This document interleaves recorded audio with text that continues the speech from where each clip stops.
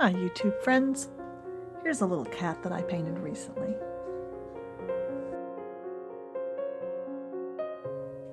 Hi YouTube friends, I'm back home. I'm back from Mississippi. It was a long trip and I've got some footage and photos and stuff in this video. I'll show you about how that went. It's so nice to be home. This morning I've been longing to paint. I've discovered when I was gone that the thing I miss the most in all my creative activities is painting, and I think after that it would be spinning. I wanted to show you the things I've painted this morning since I came back. I got into my laptop. I have a folder in there. I call it Watercolor Resources, and those are photographs, other watercolors, just things I've seen, things I've collected from online, some things of my own that are kind of inspiration. I don't have any interest in copying what somebody else does because I don't find that very fun. So I don't like to copy, but I like to just kind of get an idea of form, placement. So that's what I've been doing this morning, is doing some some watercolors. So I'll show you those. My chickens survived, and my tomato plants are surviving. My husband only barely survived my absence. Some of you have husbands like that that really do not flourish while you're gone. And so it's nice to be home. I did come back with a sore throat. I didn't think I was sick. And then this morning, when I got up, I realized I had a sore throat. It's better now. It was just that dry, scratchy throat that you might have because you didn't drink water in the middle of the night, but it feels worse than that. So I've been wearing a mask in the house because my husband has a very severe autoimmune illness. And if he catches a cold, or a sore throat, something like that, any kind of virus, it can put him in the hospital. So we've both been wearing masks and haven't been kissing since we came home. So let me show you just a little bit. Obviously I didn't do any videos while I was gone. There was no time for that. And I'll see what I can patch together to show you what I did. Okay, but here's some painting. Here's the first one I did this morning. I would say total, this card probably took me total time, maybe 20 minutes. Yeah. This I really did take from a photograph, although I left out some stuff and made it a little easier for myself. There were a few birds floating in here. I didn't put the birds in. I like this foreground of grass. The first thing I did was use some masking fluid to make a partial moon on here. This is a moon that's got a little bit of its face hidden. And then I also used some masking fluid to do some of this white in here. Here, okay? To put some white on the water so I wouldn't. But then the little points here, this is just by using a rather dry brush, not having enough pigment, not having enough wet pigment on my brush. And I like that look on water. And then after the masking fluid had dried, I started at the top with a very dark wash of Payne's Gray, okay? And then you can see people show you how to do this, but just you pull that wash down by adding water, just straight water to it. You get a good hefty amount of the wet pigment at the top. And if you want to know what Payne's Gray, this is the Payne's Gray I use, okay? It's a Grumbacher. And it's just a wonderful color to have. Anyway, and then you pull it down slowly, and then I added some, what was that? It was probably cadmium, yes, probably cadmium yellow here for the back of that. And then I went straight into a little darker, this is an orange, to give me a little more intense color where the boat is going to sit. And then I washed it down into Payne's Gray again. And then I let that dry, and then I added these mountains here, and I wanted to leave some. I didn't want to have to do masking fluid or contact paper for the sails, so I just left some of the land out in the middle, okay, which works fine. And so then I added this in a very dark, my darkest brown. I think, is that a Van Dyke brown? And then I think I did this down here. This is some black, some of that Van Dyke brown, and then a little bit of olive green in there, okay? And then I did the boat. Again, this is some very thick Payne's Gray, maybe even some black in there too. And then you have to gently, I wanted this reflection, you have to gently add more pigment. You just gently pull it down, just like you do this wash up here. You pull out some, with a wet brush, you pull out some of the pigment in the boat down into its reflection. This, I just used a micron pen to do that mast, and a little bit of mast here, and then just some very faint Payne's gray with a little bit of blue added. For you can see that that is has a faint bit of blue in that sail, and then also down here. And then I just used a pencil to put two little people in there. So there's the first painting with a little bit of method there. Where was the second? Oh, here it is. This was I saw another painting. I liked the balloons on the beach idea. I didn't want to add, they had people and they had some other stuff going on, but I like just the idea of the balloons. Again, I used some masking fluid for the sun here. Can you see the sun? Okay. And then I did masking fluid for all these balloons. And then I painted a blotchy sky. And you can see I used blue. I also had some very faint red to give a pink effect. And then I added some very faint orange in here. So to give a mottled look on the sky. I liked that. I thought it's a good background for the various color balloons. And then you pull it down. And then I drew with a pencil. You can barely see the pencil line in there. I drew a horizon line. And then painted again, here's this wonderful use of wash. Pulling down the wash, I put a nice wet, one of my brightest blues, I don't know which one it is, over here,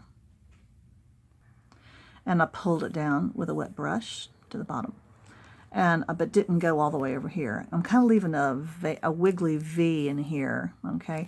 And I did the same thing with some, you know, I should give you the names of all these. It would be helpful. I know what they are. It's just that they're in my palette. I don't have the names, but I do have it over here. Let me see. I think that probably this is cobalt blue here. And this over here is, hang on, sap green, guys. This is raw sienna here, okay? And again, then I pulled it down. You can see, again, I had a little bit of a dry brush here on the sand. And then I left this, this was just white, and I took a little bit of yellow and I kind of blended it in there, okay? And so that was not a very hard painting. Again, I bet that took me 20 minutes just to let the masking fluid dry. And probably the pickiest part is painting in the balloons. This was some red, sap green. Oh, what's the name of that orange? Hang on. These are my Mission Golds. That is actually a permanent yellow. Nope, that's not. That's a, Oh. Yes. That's a permanent yellow deep. That's what those orange balloons are. And then I used a brown micron pen to do the strings. And I had one yellow balloon that's escaping. I kind of like the idea of an eclipse, how the balloon eclipses the sun, and how one of the balloons, even though they've been lost and they're free and floating, one of them doesn't even want to be tied to the group and has to go off on its own. Okay, so there was the second one. Oh, third one. Haven't done a honeybee in a long time. And this was actually, the inspiration for this was a photograph of a honeybee on a single sunflower or dandelion, maybe dandelion. So I did the flowers first, and there's actually, this is, what's that color? Burnt sienna in the middle here, but I added it last. There's three different colors here. I've got that deep yellow, and then I've got cadmium yellow, and then I've got lemon yellow. So there's three different colors of yellow here in the flowers. Some sap green for the leaves. Very simple down here because the focus is on the bee. I wanted to get the stripy effect, and so I think, again, that's that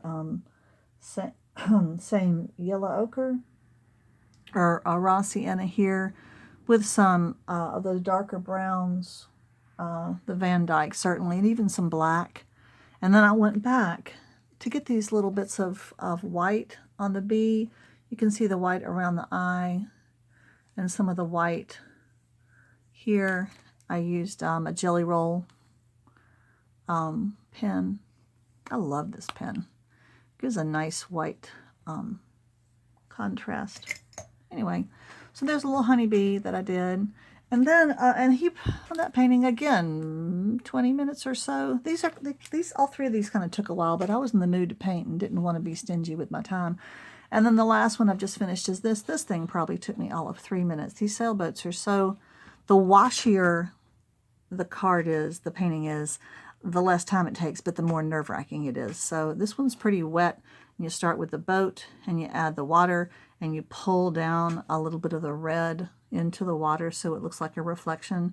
I like the water choppy, so I did some swishy stuff. After the first layer of paint dried, I went back, and both of those were, that's a cerulean and cobalt, I think is the two blues I used there.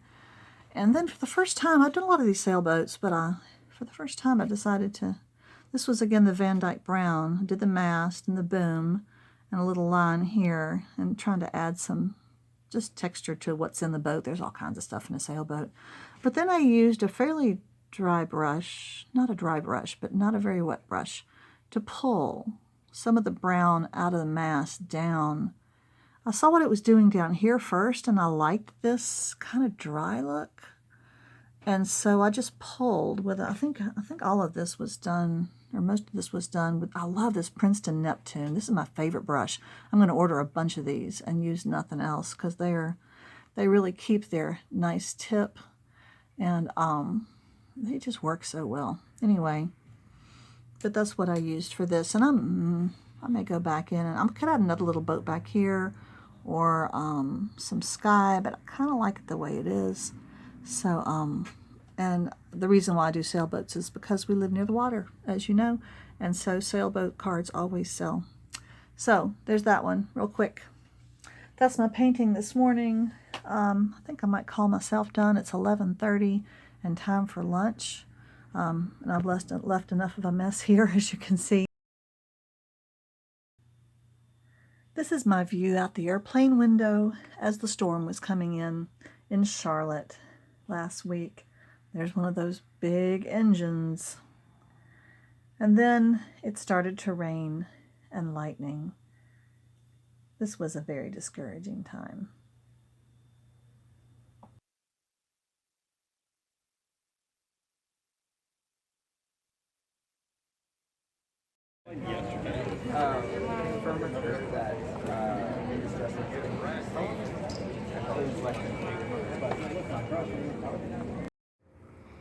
Well, good morning. As you can tell, I'm not in my studio. I am in the Charlotte Airport Hilton in Charlotte, North Carolina, in room 536, where I stayed last night. I had such an adventure yesterday. Adam and I got up at 5, I think. No, is that right?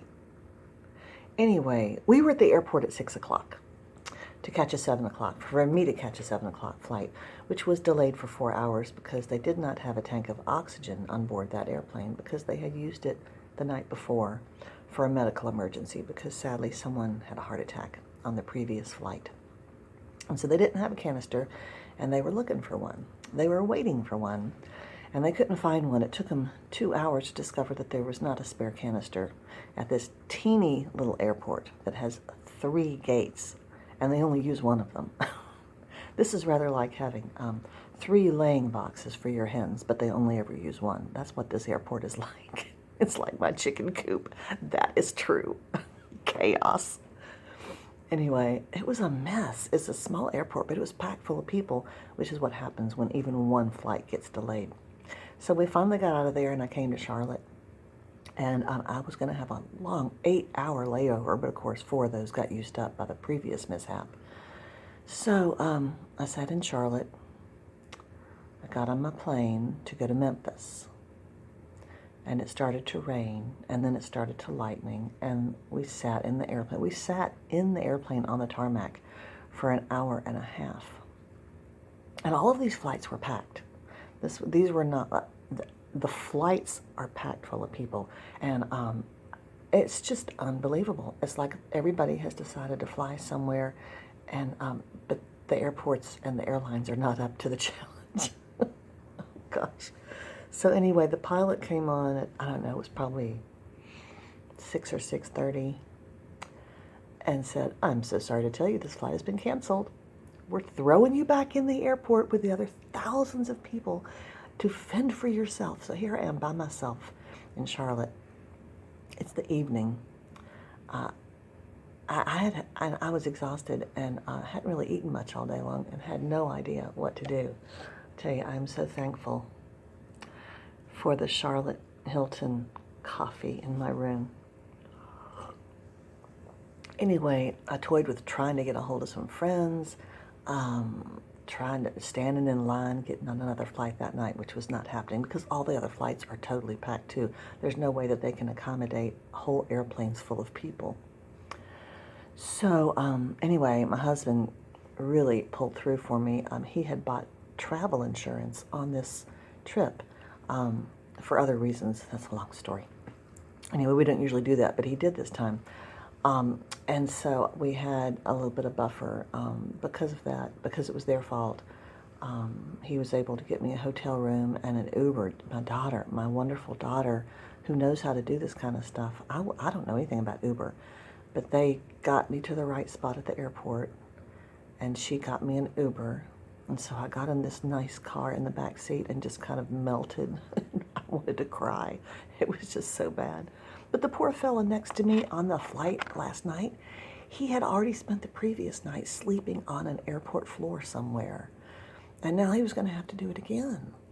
And they were moms there with teeny little babies, you know, like a month old. And I'm looking at them thinking, where are they going to go? Are they going to sleep on the floor too? So anyway, it was an adventure, and it's not over yet because Adam did get me a new flight this morning. I'm flying from Charlotte to Chicago and then back to Memphis and all around. It's like, I don't know, 5:30 in the morning right now. And I'm going to arrive back in Memphis finally. I think I could have walked to Memphis faster or at least hitchhiked.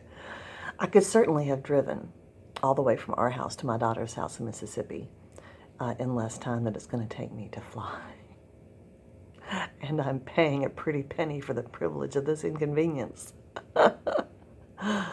This is airline travel these days, guys, and this doesn't even count the trauma of the TSA. They haven't been bad this time, but American Airlines and the weather of the Lord are really doing a number. Anyway, this is a grainy looking, the room is rather dark. I apologize for the quality of this. So hopefully I'll get back to you saying that I have arrived safely without any mishaps in Memphis, and then back to my daughter's house. But I am going to take some footage of the hotel. This hotel is huge. I'm on the 5th floor, among others, and but there's almost nobody here. Like there's probably 10 of us in the whole hotel. It's very strange. There's nobody in the lobby. There's hardly anybody working here. Nobody in the restaurant. And the hotel's a little dated, and the general color scheme is orange. As you can see, see that valance on the top of that? Yeah, there you go, yeah. The whole hotel has quite a stripy, flowery orange theme. I'll get a little bit of that for you, but the elevator is so cool. I'll get one of that for you too. All right, I'll check in with you later on my little adventure to Mississippi and back. Thanks. Okay, when I say orange, this is what I mean. It is very orange and stripy. Well, orange and rusty and brown too. I mean, it's nice enough. I'm very thankful for this room. It saved my bacon. There's a little bit of staining on the floor. There's also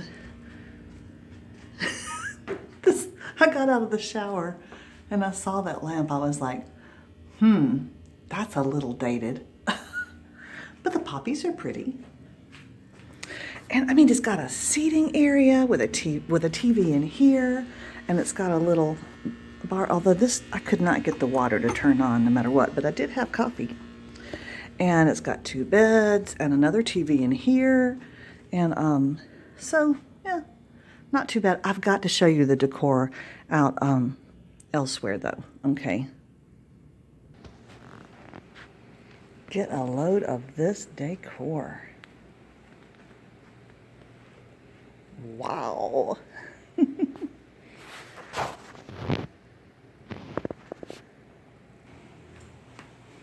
And here is the elevator.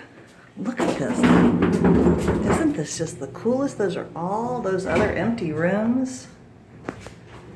And now we're going down. Here's the lobby and the restaurant. There's a nice fountain. Look at that. Whee!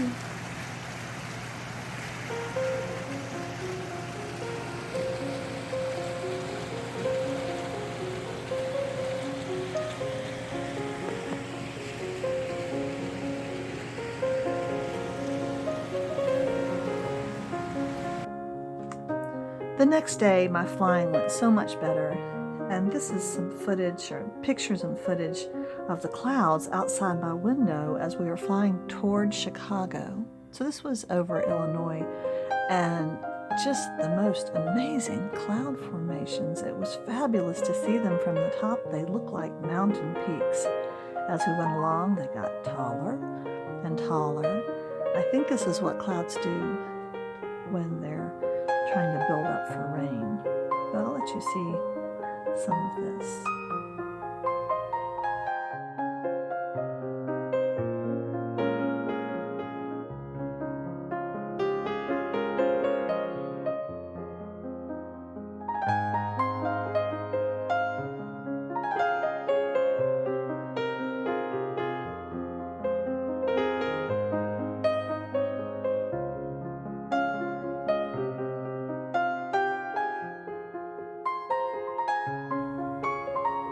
So I got to Mississippi to help my daughter, her husband, and the 2 children on there. They've been through a lot recently, and so my grandson was just a delight. He's so busy and mobile that it's hard to get much, anything but fuzzy pictures.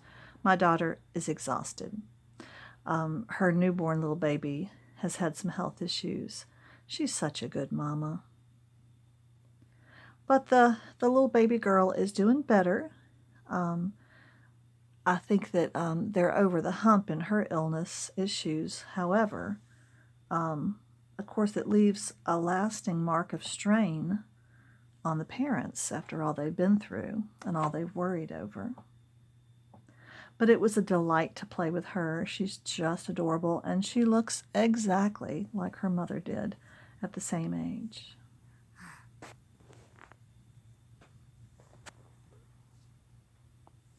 Are you sleepy, girl? Are you sleepy, girl, Ellie Kate? Yeah.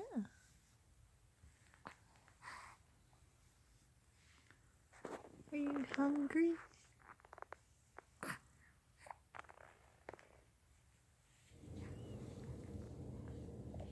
Hello. How's the little girl?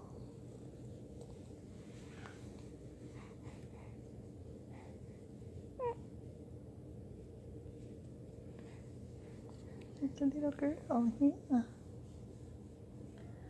You happy, girl? You squinching up your face? You're being happy. What you want those fingers for?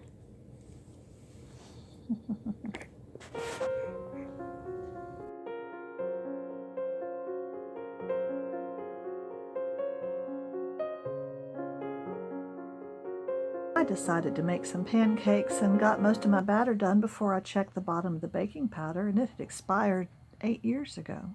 But look, it still worked a little bit, and Isaac decided they were worth eating. Another fun thing that happened was a birthday party at a neighbor's house across the street. They had a bouncy house with a slide and water. Isaac is kind of little for this, but the children were so sweet and helpful, trying to help him have fun. What up? Look, let's play. Play. Hey! Yeah. Play. What's that now? Don't get the water in your eye.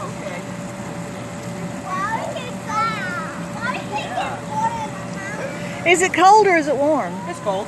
It's cold. I love the water slide. That is the best.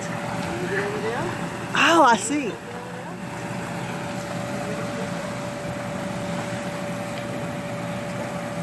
I'm going to slide.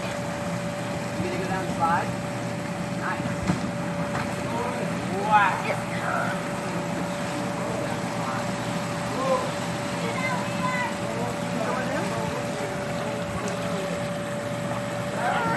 That's a lot of water.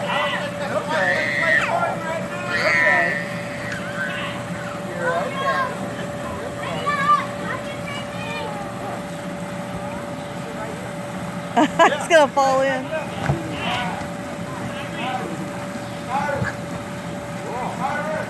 Oh, it's a bouncy house.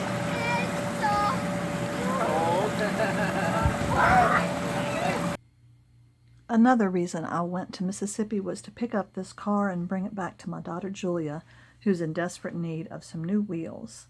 And on the way back, I got to stop and see another grandbaby. This is my grandbaby in Chattanooga. He is an utter delight and the sweetest baby. He is just wonderful and so cute, and he's about to crawl. Will you look at that? I had fun at my son and daughter-in-law's house. And this is just a peaceful stream at a rest area. On my way home, it was a very long drive.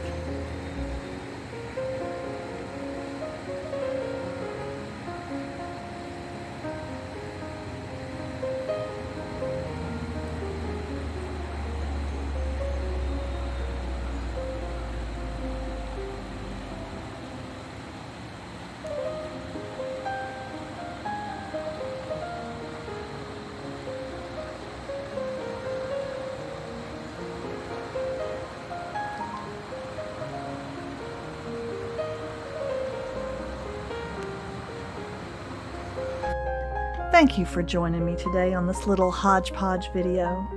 I hope you like seeing the painting and the clouds and the very adorable grandchildren. It's been a delight. Have a great day. Thanks again.